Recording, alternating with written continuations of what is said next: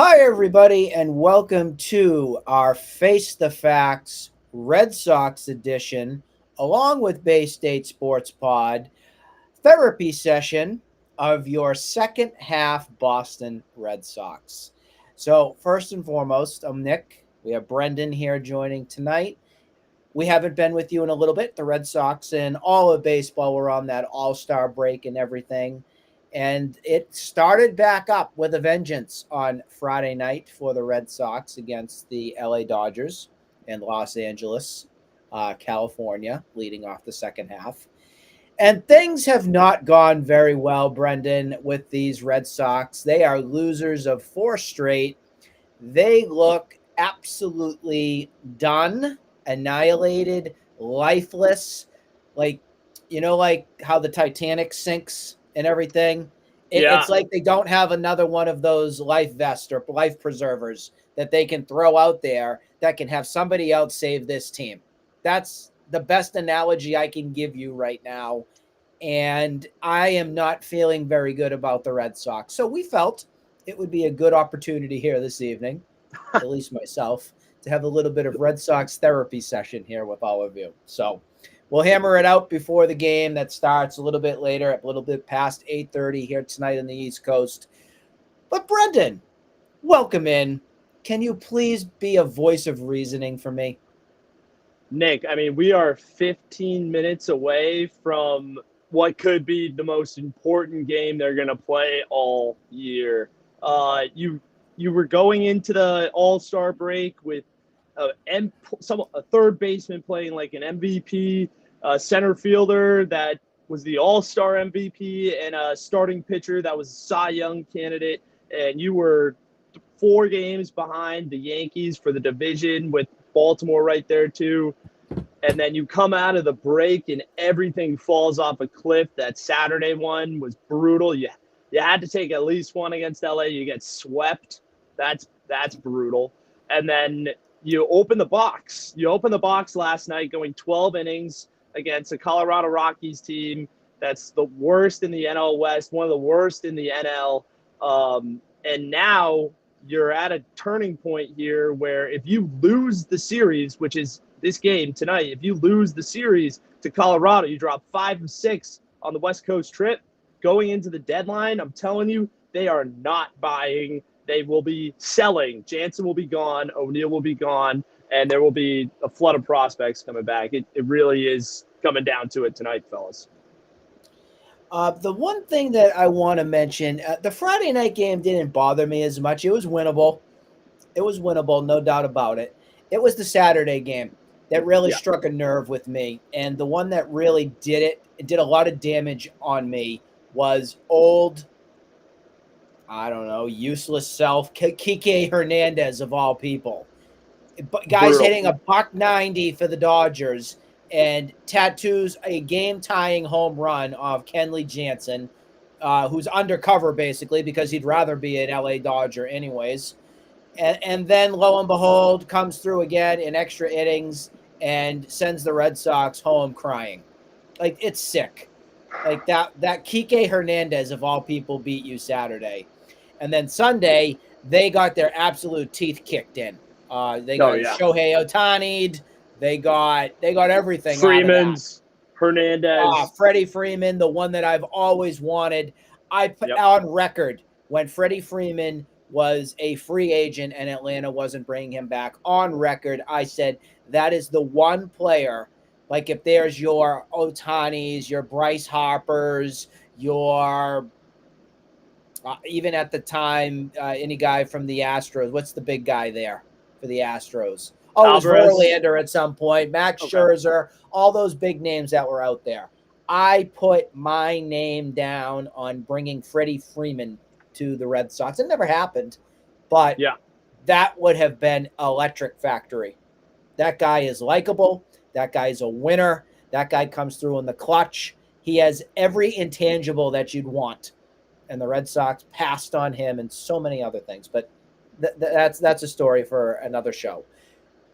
And then we go to Mile High City, Colorado, where Kenley Jansen also is not a member of the team right now because he's staying back because of his heart condition, which I must say, Brendan, I am totally supporting of that. There are some players and things that you can be critical about. There's nothing to be critical about this. Your health and everything is much more important than a silly baseball game from it. So he's just not there. The Red Sox are down an arm of a bullpen that they don't have an arm for the most part. And they lost last night in 12 innings. You knew it was coming from no pun intended, mile away, because this team has absolutely zero bullpen. None.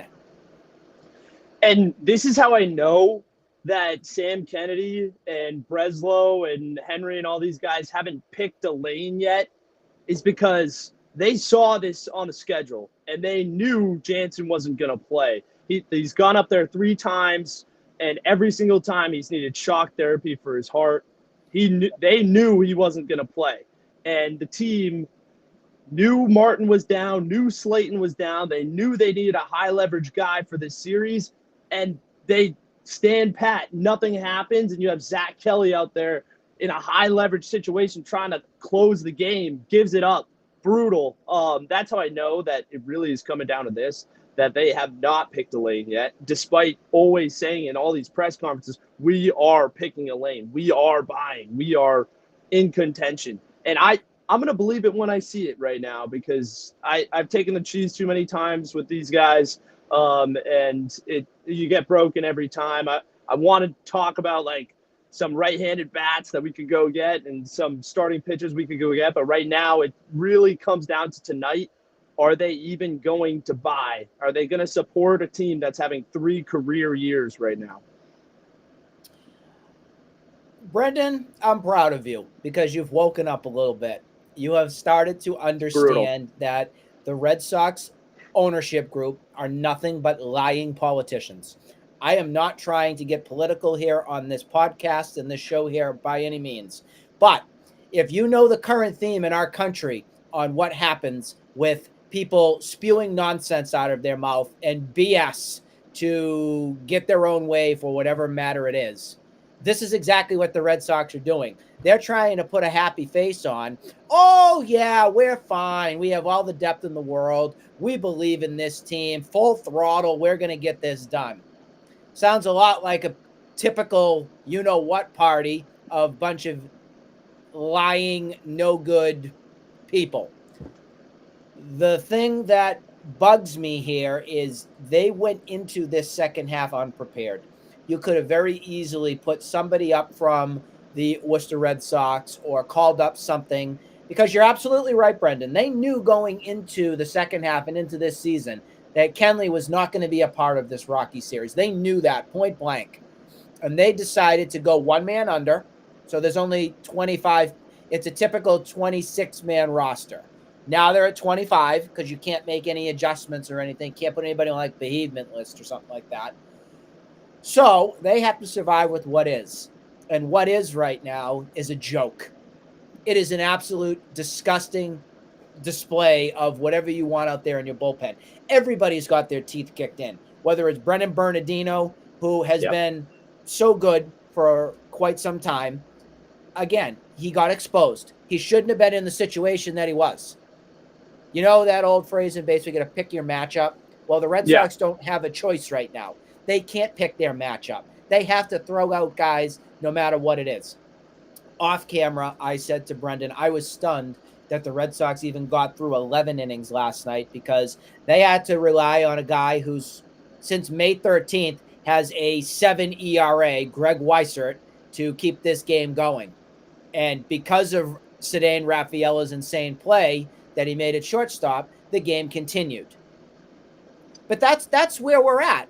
I'm sorry. I don't have full trust in Zach Kelly. I don't have full trust in Brennan Bernardino. Josh Winkowski is like a magician sometimes. Sometimes he's good. Sometimes he pulls something good out of his hat. Sometimes it's rotten eggs, depending on what it is. He definitely got hosed last night on a call by the umpire. I want to make sure that's crystal clear. He did get hosed.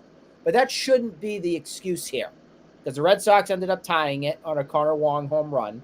But still, you can't be a major league team and be playoff caliber if you don't have the tools to win. and they don't have that. They don't. I'm going to also go out here on record and also say right here, right now, that the first half Boston Red Sox overachieved. I am going to fully say that right now. They overachieved. They made something out of nothing.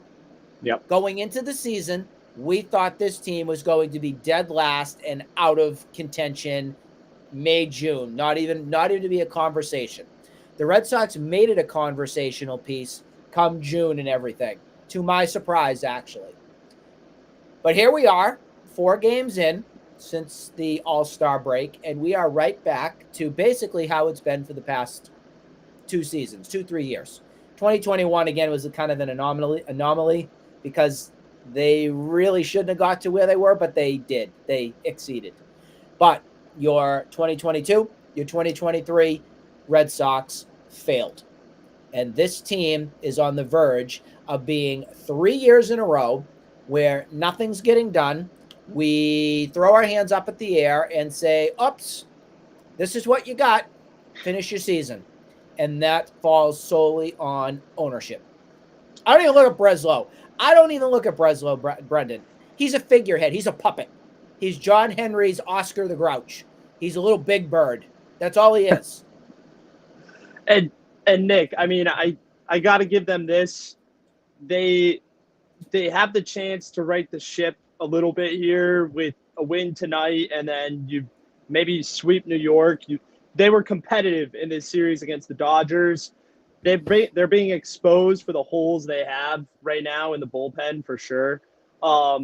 They're at least in these games, but you can't lose the series to Colorado. This is why this is the biggest game that they have right now is tonight. And my big point is you don't have any pitching in the system right now. There was a whole pitching market in the offseason that we didn't capitalize on. You got Giolito, who you're going to pay for half a year next year maybe before he walks in free agency. You have to get a freaking pitcher to be in your core for the future. Right now, like Whitlock, that's not going to cut it. Pavetta's aging out. Houck is older than a lot of people realize. Bayo looks terrible. You didn't do it in the offseason with free agents, with Yamamoto, Imanaga, all those guys. You got to make a trade. It's not going to happen, but it's not about winning the World Series right now. It's about building a pitching system that you don't have. It seems to me that the Red Sox have some names, which are prospects and everything. Who would you say would be expendable that you think you'd want to trade to help improve this team right here, right now? I think what it comes down to, there is a flood up the middle between you like guys like David Hamilton, who's playing really well, developing. Rafaela is emerging as a Gold Glove shortstop. It's batting 300. You got Nick York in the pipeline there. You got Marcelo Meyer as well. This might be a hot take, all right?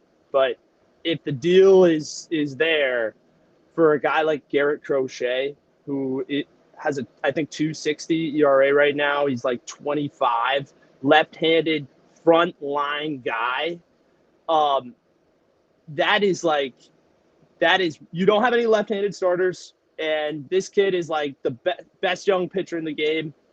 I'd look into Mayer for that move. That I'm gonna get a lot of heat for. Where's he on again? Just so viewers know. He's in Chicago. Yeah. Chicago White Sox. And the kid is a stud. So, I mean, you're going to have to give up something to get something. And if you like Rafaela and what he's doing in shortstop, you see the flood in the outfield between Duran, between Anthony coming up, between Willie Abreu right now. You like that core out there. I'm telling you, this would be a swap that would improve. You take an area of abundance and attack an area of need. And you need that starter. This would be a stud kid for you to have for the next 15 years. He'd be amazing. Can I be honest with you on a couple players that I think I'd like to see elsewhere that are on this major league team right now? Yeah, go for it. I think David Hamilton is expendable. I like his speed, but I don't think that his bat is going to prolong his career in Major League Baseball. So I'm curious to see what the offer would be for somebody like that. I am in the camp where I am not a Wilyer Abreu guy. I'm not. I want to be honest with everybody on this. I don't see the upside. I don't see the hype. I don't see much of anything. I don't. I think that this guy is a boomer bust kind of candidate out in right field. I think he's going to be injury prone. I think he's not durable. I think that right now you have a problem in right field. I do. I Yeah. like Tyler O'Neill. I'd like to keep him. I don't want to trade him. I like him. Obviously, I keep Rafi Devers, of course. The jury's still going to be out. I know he's hurt and everything, but it has to be a discussion. Tristan Casas long term. I don't see it, Brendan, right now. I've seen way too much of being broken down, not being able to play a full season. They thought this guy was the king of Massachusetts when he came up here. And I don't think that's fair. I don't think it's fair to be able to classify him yet as something because we have not seen enough of what he's going to do. And yes, maybe it isn't fair to be talking about him right now because he's not there. Well, he was supposed to be getting ready right about now to come back, and he's not. And I highly doubt we will see him the rest of this season. I'm putting that out there too. I don't think that you're going to see Tristan Casas the rest of 2024. Nope. So I am open to having some sort of discussion here because Dom Smith is not going to do it for me long term at first base. No No. thanks. No way. No way. I will say on a positive, I want to keep Rafaela at shortstop. I want to keep him there. I don't know what that's going to hold for next season with Mr. Brittlebone broken down Trevor Story. Again, Yep. maybe I'm not being fair because these guys did get hurt. Trevor Story's injury, at least this year, was making a play, a huge play, and he got hurt and separated his shoulder. That is absolutely justifiable. But will he do anything when he comes back next year? We don't know that. I would rather the youth movement and let Ceddanne Rafaela build up the confidence and be your shortstop and be that guy. I like what I see here. I still think there's some growing pains and everything to work through, but I like what we see here. And the other one that I'm going to mention too, because his name should be there, because I've run hot and cold on this guy quite a bit. But I think Jarren Duran has inserted himself into being somebody the Red Sox can count on here for a long-term kind of option. I don't know if I want to give a big contract or anything like that to it yet and kind of just take it, in a way, week by week kind of basis. But I think Jarren Duran has earned Ceddanne Rafaela the opportunity to stay at shortstop. That I will tell you. And I Yeah. like having Duran out if it's center field, then it's center field. But I think Jarren Duran has matured enough this year to show that he is capable of being a dependable Major League Baseball player. Yeah, I mean, Duran really, the team goes on his wheels. Like, he is the engine that runs that team. And if he's going, they will win games. And he's always competitive. He has a lot of competitive at-bats, and he's always in there. And it's huge because it means you can put Rafaela at that hole at shortstop that the team has had. Yeah, I'm done with Story. I think, it just feels like Chris Sale to me. I mean, it sucks that he got hurt again, but it might be fair, it might be not. It's just I've seen the writing on the wall with him. And then Cassis, that's a tough one. Everyone was expecting him to be back by around this week or next week. It looks like it might not happen at all, especially if they're out of it. If they're out of it, that's the other thing that I'm thinking here too. If September comes and they're out, forget it. You're not going to see them. And I want to reframe, make sure everyone remembers. My goal this year was not to make the playoffs. It was to have competitive baseball in September. That meant something. whether you make the wild card, you're in the race, you're right there. And there's a real opportunity, just like last year, where this team was hot in June and they didn't make a move at the deadline, and then they imploded in August. So there's a real opportunity for that to happen again, and they failed. They failed. It was a hot month, and that's all it was. So I'm not going to go full down that road right now, but it's a possibility. So there's a real shot that they're not out of it, and you actually see the Portland kids at the end of the year. I mean, we'll see what happens, but I like what you were talking about with Wilyer Abreu. That hasn't been talked about enough. He's been pretty boomer bust, and He he's fell not hitting down for the average that stairs well. in the dugout, and the guy hasn't been the same since. I mean, is he really that hurt or what? Yeah, I hate his swing. I absolutely hate his swing. It's yeah, like it's worse than Devers. And I talk about Devers sometimes being undisciplined. This guy, he'll swing through anything. He'll yeah. swing in the dirt. They're It's like a ditch it's digger. it's bad at bats. He gives strikes away, and Give that's the not guy a what a shovel. yeah. Honestly, like you need if you want to compete, each at bat means a lot, and you need to be competitive, force pitch counts, and be in there instead of just giving up strikes. A kid like Rafaela, 23, Gold Glove defense.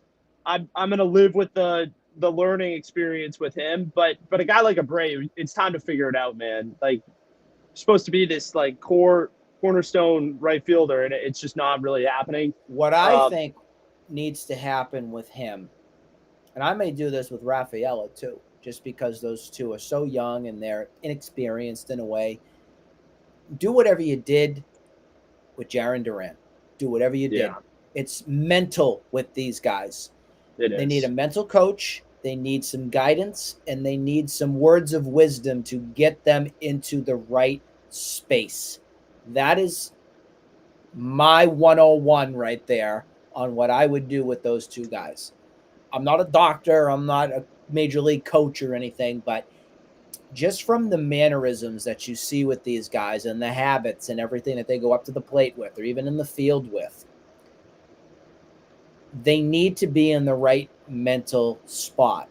And at times, you see these guys not going into the box focused, ready to go, getting themselves into that winning kind of mentality to win the pitch and win the at bat and everything. Yeah, So I would work with that a little bit with those guys if that's the direction that's going to be headed. Again, there's a lot of question marks in what we see from now.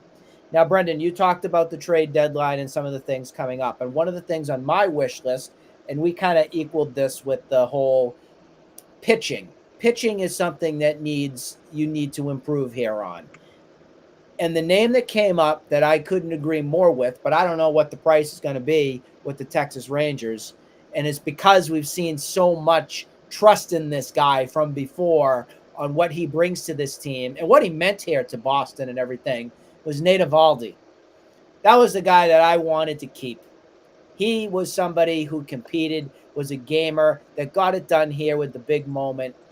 I would absolutely welcome him back, but I just don't know what the offer and everything will be. And if John Henry will give Breslow the okay to do it. The other thing that I would look to improve, of course, is your bullpen. Chris Martin, I don't think is going to be back this season. He is not in the right mental place right now. Again, there are so many things mental right now for baseball players, a lot of people just in general in this world. He's just probably not going to get back. Justin Slayton was a guy that was giving you some dependable innings in the bullpen, and he's been out, so that's really hurt. So you need to figure it out whatever avenue you're going to get. And if you're going into the deadline as a buyer, that means that you're going to try and stack up your pitching rotation and your bullpen. And if they can figure out another bat to get, my bat that I'd welcome back, I'm sorry to be kind of, the old fashioned guy here with stuff I that's know what you're worked from saying. before, but Justin Yep. Turner, bring the guy back. He gets inserted into this lineup perfectly because the Red Sox can't hit left-handed pitching. They just can't. No. The only guy that can hit left-handed pitching is Rob Refsnyder. That's it. That's it. Everybody else is a joke. No, it is. They get exposed against left-handed pitching. That's why I want a right-handed bat, someone to platoon. It could be a platoon with Yoshida. It could be a platoon with Dom Smith for the year. Justin Turner, Yandy Diaz, take a flyer on Ty France. I think he's being You DFA'd, was could. an all-star a Yep. couple of years ago. A couple options for them. And then, yeah, there's starting pitching that you need to get. Jack Flaherty, they should have got last year. They didn't get him. And then Nate Eovaldi is the big name that I have on my list. You know, that Yep. he's got like a 3.30 ERA. He's got a bunch of wins for Texas. You have a flood of prospects in Worcester that are going to be aging out of contracts down there. It's time to cash out on these guys. You know, it's time. Nick York should not be on the team. As much as a lot of people love Nick York, you got Marcelo Meyer right there, and Yep. I agree. you got Trevor Story, and you got Today and Raphael. So it's time to cash out. Some prospects are just prospects, folks. You have prospects to use to trade. It doesn't do you any good to have a stockpile when you're not doing anything with them. You have your prized possessions, of course, from before.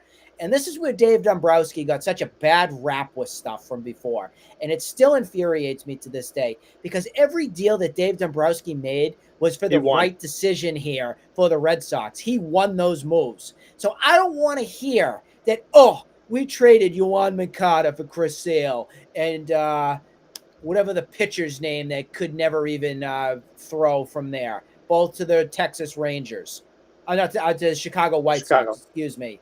Then there was another guy with Craig Kimbrell when they traded for Craig Kimbrell, and nothing ended up panning out for those. So knock it off, all of you homers that just all you care about is how many prospects you have. Prospects are used to improve your major league club when you can. So use them. Yep. They're like cards, deck of cards. Deal them out. No, honestly, I mean, like, rant over. Dombrowski held on to like the highest ceiling guys that were still there between Bayo, Duran, Cassis. Those were all Dave Dombrowski guys. So he knew what he was doing. The extensions were. Oh, sorry, that was just Craig Breslow at the dealer table at trade deadline. Honestly, Let me look at I fold. You're gonna see someone that's brand new at the job trying to figure it out. And he was the 11th candidate, which a lot of people don't realize he was the only person that accepted an interview. Absolute joke. Because he lives down the street. No one wanted to be the GM, and there's a reason why. That's our outlook that's another of how podcast. the Red Sox. It is. It's 100% the truth. That is our show right now. We are the voices of reason, of course, and we'll get that answer later tonight at about midnight on which direction this team will head. But at least you heard it straight, right from the horse's mouth, from us, so you know exactly where the Red Sox are headed. We appreciate all of you for your support and watching. We will see you all again real soon. Thank you. Face the Furious and Bay State Rage. Love it. Nice.